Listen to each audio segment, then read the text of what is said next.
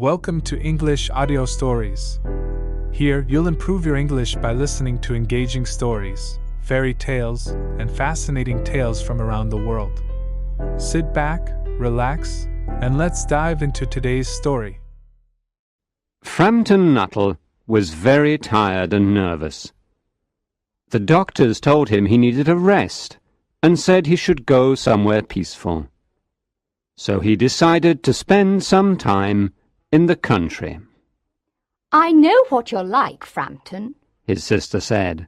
"When you go to the country, you will stay all alone. That's not good for you. You should not stay all alone.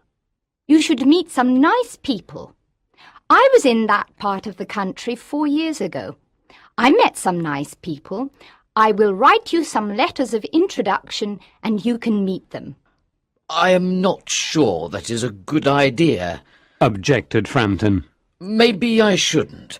After all, I don't know any of those people." "Take my advice," replied Frampton's sister. "It will be good for you." So Frampton went to the country with his sister's letters of introduction. The first person he visited was Mrs. Sappleton. He knocked at the door of Mrs. Sappleton's house, and a young girl about 15 years old opened the door. It was Mrs. Sappleton's niece. Her name was Vera. "My aunt will be down in a moment, Mr. Nuttall," said the girl, who looked very mature and intelligent. "While you are waiting, I will try to entertain you. I hope you don't mind." "Oh, I will be happy to talk with you," replied Frampton. He did not want to offend the girl, but he wondered if going to meet new people was really good for his health. In fact, he felt quite nervous, and he hoped that Mrs. Sappleton was nice. "Do you know many of the people round here?" asked Mrs. Sappleton's niece, after a few minutes of silence. "No," replied Frampton. "I don't know anybody around here. My sister stayed here 4 years ago, and she gave me some letters of introduction to some of the people here." Frampton felt more and more nervous, and he was more and more convinced that it was a bad idea. He needed rest, not new friends. "Then you know practically nothing about my aunt," continued the confident young lady. "I know only her name and address," admitted Frampton. He was wondering whether Mrs. Sappleton's husband was alive or dead. Looking at the room, he thought that a man must live there. "My aunt's great tragedy happened exactly 3 years ago," said the girl. "That was after your sister was here." "Your aunt's tragedy?" asked Frampton. He thought the country was very peaceful. He could not imagine a tragedy there. "You probably wonder why we keep that window open on a cool October evening," said Vera. In fact, behind Frampton's chair there was a large French window that opened onto a lawn. "It is very warm for this time of the year," said Frampton. "But is that window connected with the tragedy?" "Exactly 3 years ago, my aunt's husband and her 2 younger brothers went out through that window. They were going hunting. They never came back.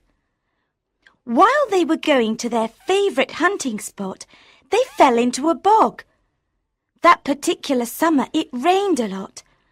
The bog was normally safe, but after the rain it became very dangerous.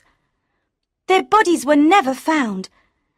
That is the most horrible part of the story." Until this moment, the young girl had seemed very calm. Now she seemed a little frightened, and her voice trembled as she continued the story. "My poor aunt thinks that her dead husband and brothers will return some day, together with the dog that went with them. She thinks that they will walk into the house through that French window, as they always did before they died. That is why that window behind you is kept open until dark.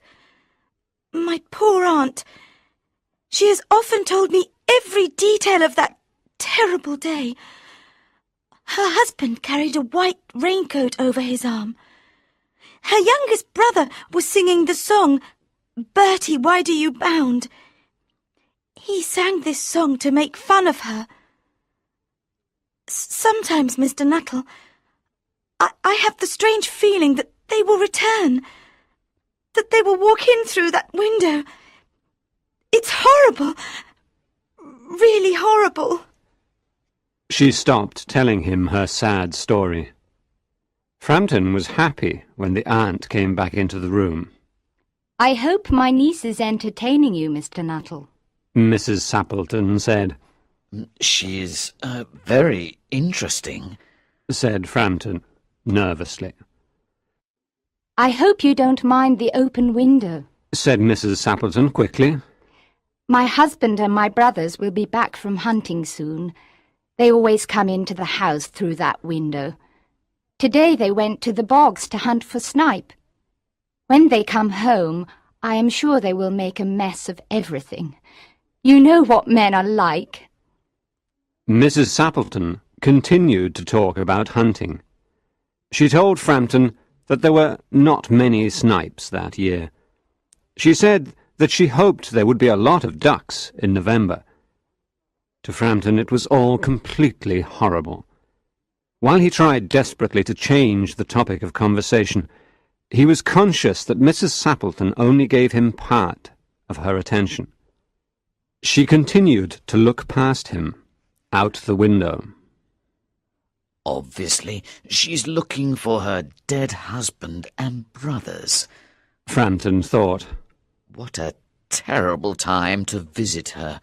Today, the anniversary of their death. To change the topic of conversation, he started talking about his bad health. The doctors, he said, told me to rest. I should avoid mental excitement, and I should avoid all physical activity. They did not, however, tell me what I should eat. Oh, that is very interesting, said Mrs. Sappleton, who was obviously not really interested at all. In fact, she almost yawned.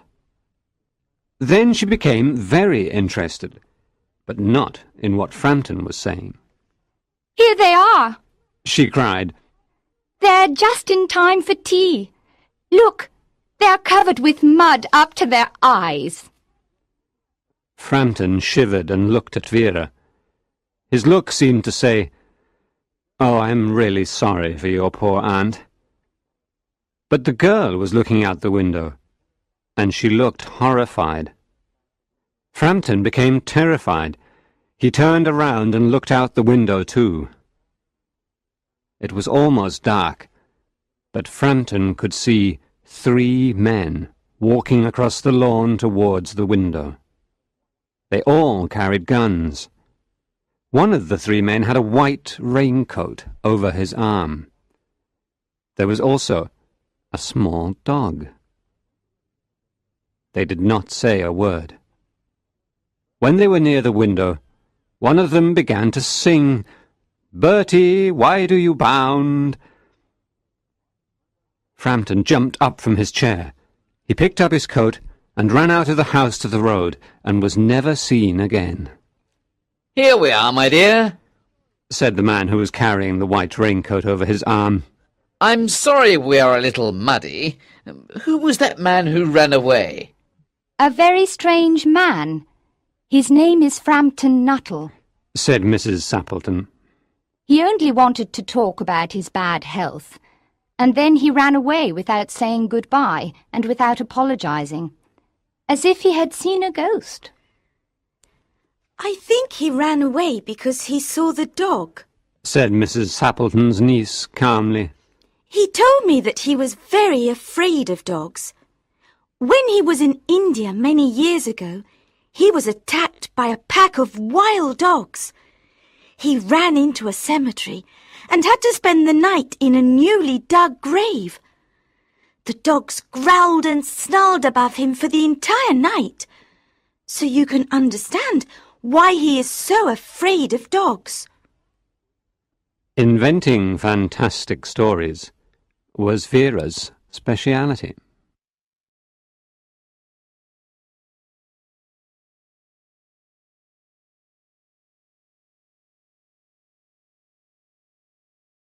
Thank you for listening.